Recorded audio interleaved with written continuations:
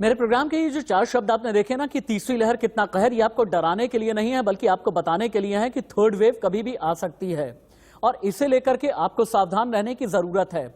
हम कोई सनसनी नहीं फैला रहे, लेकिन हमारा सरोकार है आपकी जिंदगी से। हम आपको डरा नहीं रहे, लेकिन हमारा सरोकार है आपके अपनों से, आपकी खैरियत से, आपके वेलबींग से, ताकि आप अच्छे रहें, बेहतर रहें। लेकिन इसके लिए कोशिश आपकी होगी, सिर्फ हमारी ही नहीं। इसके लिए इनिशिएटिव आपको लेना होगा। हम सिर्फ कहेंगे, हम सिर्फ बताएंगे, लेकिन साबित आपको करना है कि घर के अंदर आप किस तरह रहते हैं। आप कहीं पर भीड़ नहीं लगाते, कोविड प्रोटोकॉल का पालन आप कर रहे हैं यहाँ पे नहीं। हाथ जोड़ करके आप लोगों से विनती है, सेकेंड वेव के दौरान जो कुछ भी हिंदुस्तान ने झेला है, हमने और आपने वो दर्द सहा है। शायद किसी के घर में कोई बीमार रहा होगा, किसी ने अपनों को खोया है। लिहाजा बहुत जरूरी है कि अगर कोई तीसरी लहर आ रही है तो फिर आप ये समझें कि क्या आने वाले दिनों में देश के हालात हो सकते हैं। दिल्ली से लेकर के मुंबई, चेन्नई से लेकर के हैदराबाद, यानी पूर्वी भारत से लेकर के पश्चिम तक और कश्मीर से लेकर के कन्याकुमारी तक ये डर है। और डर सिर्फ इस बात का नहीं है कि कोरोना की तीसरी लहर आएगी, बल्कि हमें और आपको यह समझने की जरूरत है कि इस डर को समझ कोई डॉक्टर नहीं पा रहा और वैज्ञानिक भी नहीं समझ पा रहे हैं। कोई अभी तक ये नहीं बता पा रहा कि अगर थर्ड वेव आएगी तो फिर इसके पीछे कौन सा वेरिएंट काम करेगा। कोई अभी तक ये नहीं बता पा रहा कि क्या अल्फा वेरिएंट होगा, कप्पा होगा, डेल्टा प्लस होगा और इससे कितना नुकसान होने वाला है। ठीक तरीके की रिपोर्ट अभी तक नहीं बन पाई है कि संक्रमण की दर क्या होने वाली है। लेकिन एक खबर आई है जो देश के जाने माने रिसर्चर्स के हवाले से है और अपने प्रोग्राम की शुरुआत में बड़ी खबर से ही कर लेता हूं। आईआईटी हैदराबाद और कानपुर के वैज्ञानिकों ने कर लिया है बड़ा दावा, अक्टूबर में चरम पर होगी तीसरी लहर। रोज मिल सकते हैं 1.5 लाख केस। केरल और महाराष्ट्र में बढ़ते केस हालात बिगाड़ेंगे, यानी पश्चिमी भारत और दक्षिणी भारत से खतरा ज्यादा पैदा होने लगा है और यहां से जितने भी लोग आएंगे इनकी वजह से इंफेक्शन ज्यादा फैल सकता है।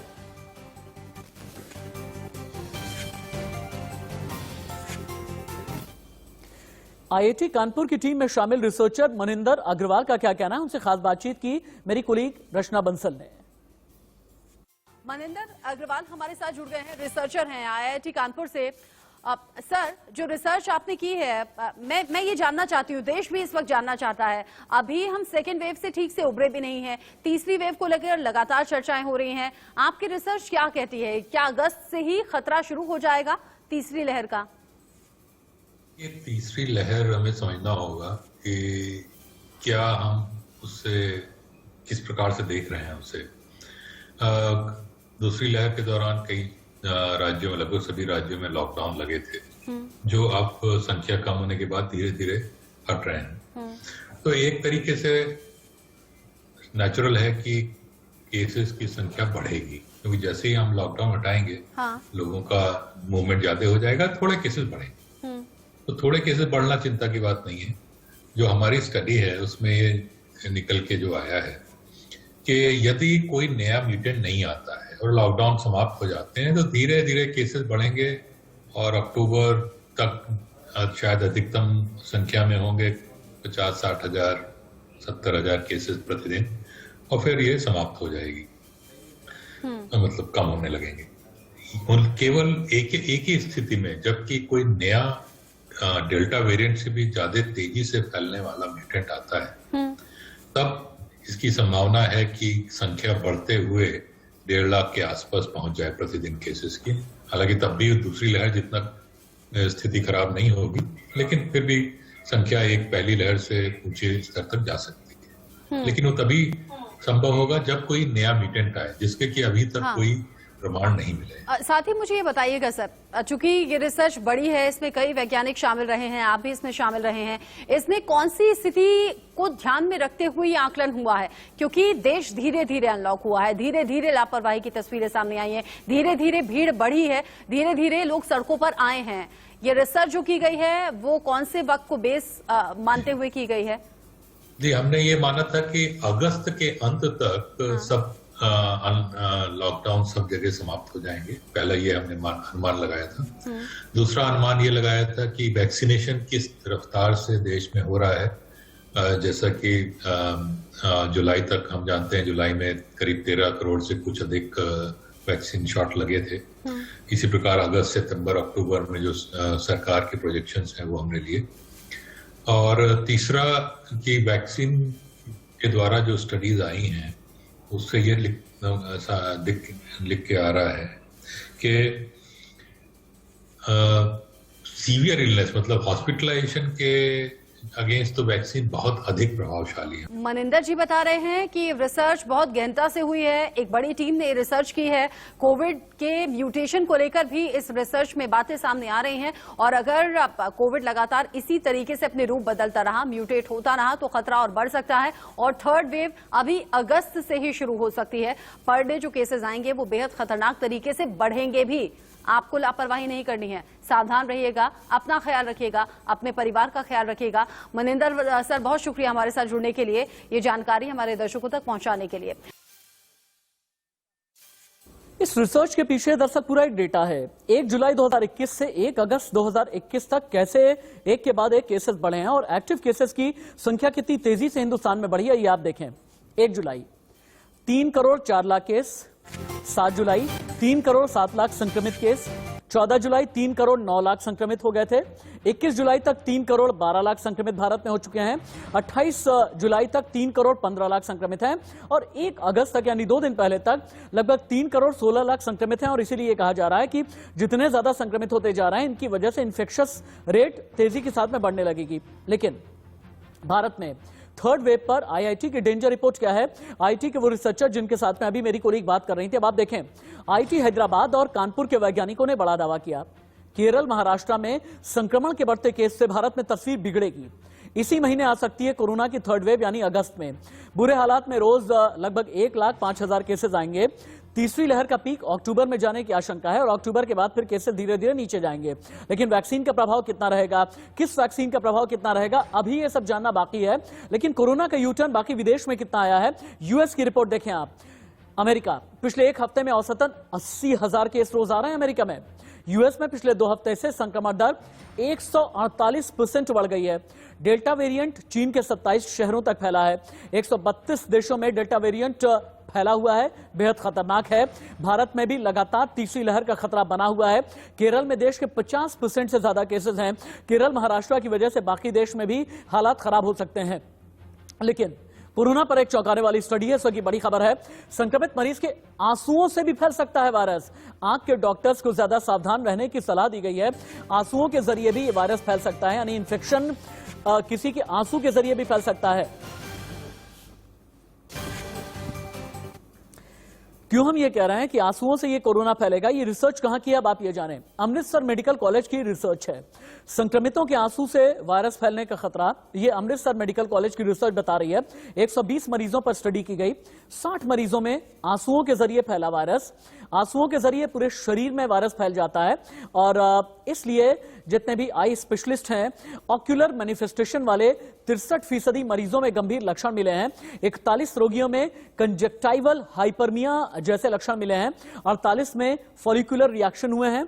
35 में केमोसिस, 20 रोगियों में म्यूकॉइड डिस्चार्ज रहा है और 11 को इचिंग यानी खुजली की शिकायत रही है। यानी आंसू के जरिए भी कोरोना वायरस फैल सकता है।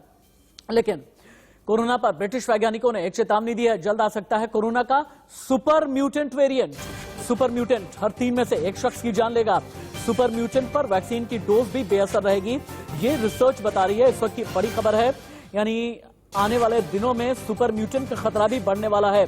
ब्रिटिश वैज्ञानिकों की यह रिसर्च है जिसमें यह कहा गया है कि सुपर म्यूटेंट हर 3 में से 1 शख्स की जान ले लेगा जितने भी संक्रमित रहेंगे।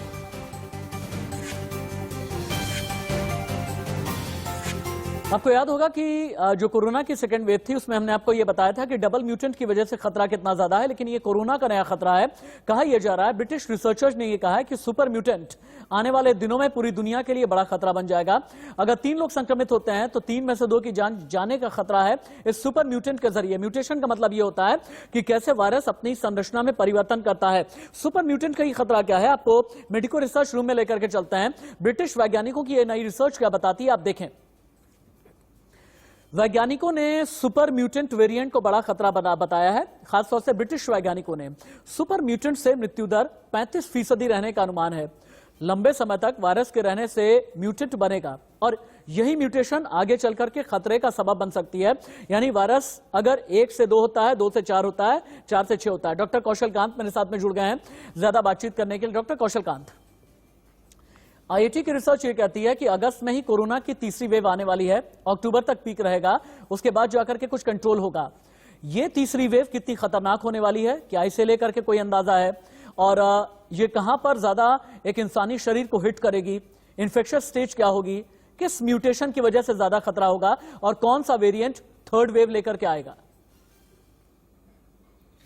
देखिए, जो थर्ड वेव आने का है, आईआईटी की स्टडी कहती है कि अगस्त में, पर एज ए क्लिनिशियन जो मेरा अनुमान है उसके अकॉर्डिंग जो थर्ड वेव आएगी वो अक्टूबर से लेके जो दिसंबर के बीच में कभी आएगी। और उसका जो मेन रीजन होगा वो डेल्टा वेरिएंट ही होगा। कोई नया म्यूटेशन जो नया था, डेल्टा वेरिएंट प्लस करके आया था, उसके केसेस अभी उतने नहीं बढ़े हैं, तो ये डेल्टा वेरिएंट ही होगा। और जिस तरीके से लोग प्रोटोकॉल को वायलेट कर रहे हैं, और एज ए डॉक्टर मुझे भी लगता है कि ये बहुत डिफिकल्ट है। 1.5 साल से लोगों को हर बार हम ये कहते हैं घर में रहिए, मास्क लगाइए, प्रैक्टिकली बहुत डिफिकल्ट हो रहा है। और ये एक रीजन है कि जो कहते थे ना कि कोविड प्रोटोकॉल से एक तरह से रेजिस्टेंस हो रहा है, पब्लिक नहीं मान रही है, वो एक साइकोलॉजिकल कंडीशन है। ऐसा होना नॉर्मल है, नेचुरल है। लेकिन फिर भी मेरा यही मानना है कि लोगों को एटलीस्ट कुछ नहीं तो कम से कम मास्क का जरूर यूज करें, क्योंकि मास्क ही एक ऐसा ये तो एक टूल है आईआईटी की जिसकी रिसर्च वजह की से बात हो करीब गई डॉक्टर कौशल कांत। एक ब्रिटिश रिसर्च भी है जिसमें ये कहा जा रहा है, हम अभी तक तो डबल म्यूटेंट सुनते थे या म्यूटेशन की वजह से कितना खतरा आने वाला है ये हम जानते थे, लेकिन ब्रिटिश रिसर्चर्स ने ये कहा हुआ है कि एक सुपर म्यूटेंट आने वाला है। और ये सुपर म्यूटेंट सिर्फ 2-3 देश ही नहीं, पूरी दुनिया के लिए बड़ा खतरा बन जाएगा। अगर 3 संक्रमित हुए तो सुपर म्यूटेंट की वजह से 3 में से 2 की जान चली जाएगी। ये सुपर म्यूटेंट क्या बला है? सुपर म्यूटेंट वो होता है कि जब जैसे कि जो हमारा बॉडी का इम्यूनिटी होता है, जो करीब 93% इन्फेक्शन को कंट्रोल कर लेता है, केवल 7% लोग हॉस्पिटल में जाते हैं। एक तो वो इम्यून से एस्केप करेगा, यानी कि इम्यून का रिस्पॉन्स टू द वायरस कम होगा या नहीं के बराबर होगा। दूसरा, जो भी लैब में वैक्सीन हैं जिनके ट्रायल हो रहे हैं, ये उसको एस्केप करेगा, उसको सुपर म्यूटेंट कहते हैं। और जिसमें जैसा ब्रिटिश ने बताया है कि 33% के आसपास मोर्टेलिटी, मतलब हर 2-3 में से एक आदमी की मोर्टेलिटी होगी। पर ये एक लैब डेटा है और मुझे नहीं लगता कि इसी एक रिसर्च के ऊपर हमें बहुत रिलाई करना चाहिए। लेकिन इसका ये मतलब नहीं है कि आप बिना प्रोटोकॉल के बाहर घूमें, और मास्क जरूर लगाएं। यही एक ऐसी चीज है जो बड़े आसानी से की जा सकती है। बाकी चीजें तो जिस तरीके से हर चीज खुल रही है, स्कूल खोलने की बात हो रही है, तो डिफिकल्ट है। और वैक्सीनेशन अब ये तो बात हो गई कोरोना की थर्ड वेव की, बात हो गई आईआईटी रिसर्च की, बात हो गई ब्रिटेन की रिसर्च की। लेकिन doctor Pradeep Jain, senior consultant, भी मेरे साथ में जुड़े हुए हैं। डॉक्टर प्रदीप, सबसे ज्यादा कंसर्न आज की तारीख में है बच्चों को लेकर के, क्योंकि बच्चों की वैक्सीन नहीं आई है, बच्चे वैक्सीनेटेड नहीं है। बाकी वैक्सीनेशन बहुत तेज रफ्तार के साथ में चल रहा है। जैसे यूपी को ही लेकर के कहा गया है कि रिकॉर्ड बनाने जा रहा है यूपी, मेगा वैक्सीनेशन ड्राइव चल रही है, और बाकी भी कई स्टेट में इस तरह की कोशिश चल रही है। बच्चों के बारे में एक बात कही जाती है कि उनके लंग्स में एस रिसेप्टर डेवलप नहीं होते, इसलिए उनके लिए खतरा कम है। लेकिन क्या सेकेंड वेव और जिस सुपर म्यूटेंट की बात की जा रही है, इससे बच्चों को खतरा कम रहेगा या फिर नहीं? और बच्चों की वैक्सीन को लेकर के और बाकी आपके जहन में क्या क्या आता है? एग्जैक्टली, ये बहुत ही महत्वपूर्ण मुद्दा है, खासकर हम लोग जो कस्टोडियंस ऑफ चाइल्ड हेल्थ है पूरी पीडियाट्रिक फ्रेटर्निटी के लिए। लकीली अभी तक जो वेव्स आई है, इसमें एक्यूट कोविड निमोनिया बहुत ही गंभीर प्रकार का बच्चों में नहीं पाया गया है। ठीक है, हमने एक्यूट निमोनिया वाले बच्चे नहीं देखे हैं। जो मैकेनिज्म आप बता रहे थे कुछ वैसा या कुछ और हाइपोथेसिस है, परंतु अभी तक हम बचे रहे। परंतु निश्चित तौर पे बच्चे बहुत अधिक मात्रा में इन्फेक्ट हो चुके थे। इवन सेकेंड वेव में मेरे हिसाब से जो डाटा अभी निकल रहे हैं वैक्सीन कंपनीज के द्वारा, उसमें 70 to 76% बच्चे इन्फेक्ट हो चुके थे। और जो हमारे पास पेशेंट्स आ रहे हैं कोविड रिलेटेड कॉम्प्लिकेशन में, वो पोस्ट कोविड MIS-C वाले या post Covid febrile inflammatory disease वाले बहुत सारे बच्चे आ रहे हैं। इसका अर्थ यह है कि उन बच्चों को डिजीज हो चुकी है ऑलरेडी। ठीक है, ऐसे बच्चे, उनको याददाश्त में या पेरेंट्स की याददाश्त में कोई लक्षण हो, वैसा रहा हो, वैसा उनकी जानकारी में नहीं है। डॉक्टर प्रदीप जैन आप भी रहे, डॉक्टर कौशल कांत भी मेरे साथ में रहेंगे। लेकिन बार बार एक ही बात डॉक्टर्स भी कह रहे हैं, हम भी आपसे एक ही बात कह रहे हैं, वो ये कि कोविड प्रोटोकॉल का आपको पालन करना है, जिम्मेदार बनिए। अगर जिम्मेदारी उठाएंगे तो फिर ऐसे में आपकी जवाबदेही भी रहती है। जवाबदेही कि आपने खुद से कितना रिस्पॉन्सिबल बिहेवियर किया है। और इसीलिए हम बार बार एक ही बात कहते हैं कि प्लीज जहां जरूरत नहीं है घर से बाहर ना निकलें। आगे डॉक्टर्स के साथ में बातचीत जारी रहेगी। आईटी की रिसर्च पर, ब्रिटिश रिसर्च पर आने वाले दिनों में खतरा कितना बड़ा है, खतरे से निजात देने तीसरी लहर कितना कहर। आईटी की रिसर्च ये कहती है कि अगस्त में ही थर्ड वेव की शुरुआत होने वाली है। वहीं ब्रिटिश रिसर्चर्स का यह दावा है कि सुपर म्यूटेंट की वजह से पूरी दुनिया में आगे आने वाले दिनों में खतरा और भी ज्यादा पैदा होगा। एक बार फिर से डॉक्टर कौशल कांत के पास में चलते हैं। डॉक्टर कौशल कांत जो कि पब्लिक हेल्थ एक्सपर्ट हैं। डॉक्टर कौशल, क्योंकि सेकेंड वेव का जितना खतरा था या सेकेंड वेव में जितनी मौत हुई है, भारत ने सबसे ज्यादा दर्द, सबसे ज्यादा तकलीफ सेकेंड वेव के दौरान ही झेली है। मेडिकल इक्विपमेंट से लेकर के बाकी जितनी एमिनिटीज होती हैं, इन सभी की कमी हमने झेली है। थर्ड वेव के लिए क्या भारत तैयार है? मैं इंफ्रास्ट्रक्चर के लिहाज से पूछ रहा हूं आपसे। आज से 6 महीने पहले तो नहीं तैयार था। जिस तरीके से हमने देखा कि ऑक्सीजन की क्राइसिस हुई थी, हॉस्पिटल की क्राइसिस हुई थी, बेड्स की क्राइसिस हुई थी, और जिस तरीके से प्रेडिक्शन किया जा रहा है कि बच्चों को इन्वॉल्वमेंट ज्यादा होगा, तो मुझे नहीं लगता कि पीडियाट्रिक आईसीयूज और पीडियाट्रिक फैसिलिटीज उस नंबर में है जिस नंबर की जरूरत पड़ सकती है। अच्छा। तो इंफ्रास्ट्रक्चर, आप ये मान के चलिए कि हम दुनिया का कोई भी इंफ्रास्ट्रक्चर खड़ा कर दें, अगर पैंडेमिक अपने थर्ड पीक आएगा और वो सेकंड पीक से भारी होगा या बड़ा होगा, तो कोई भी इंफ्रास्ट्रक्चर हो वो काम नहीं करेगा। ठीक है। तो उसके लिए हमें उसके प्रिवेंट करना चाहिए। प्रिवेंट करने के लिए 2 फैक्टर हैं, एक जो हमेशा आप बताते आ रहे हैं मास्क, और दूसरा वैक्सीनेशन ड्राइव। ये 2 चीजें बहुत इंपॉर्टेंट है। प्रिवेंट करने के लिए जितनी चीजें आप बता रहे हैं, इसमें एक और चीज मैं साथ ही इन एडिशन अपनी बात कहते हुए आगे मैं डॉक्टर प्रदीप जैन से भी एक सवाल करना चाहूंगा। डॉक्टर प्रदीप जैन, पिछले 1.5 साल में न जाने इम्यूनिटी को लेकर के कितनी थ्योरीज हमने पढ़ी हैं, और इम्यूनिटी को लेकर के डॉक्टर से लेकर के वैज्ञानिक से लेकर के बाकी जितने भी हेल्थ एक्सपर्ट हैं, उन्होंने अलग अलग बातें कही हैं। इनमें से एक चीज थी हर्ड इम्यूनिटी। कहा यह गया कि अगर 50% से ज्यादा लोगों को या कोरोना हो जाए या वैक्सीनेट हो जाए तो फिर हर्ड इम्यूनिटी क्रिएट होनी शुरू हो जाती है।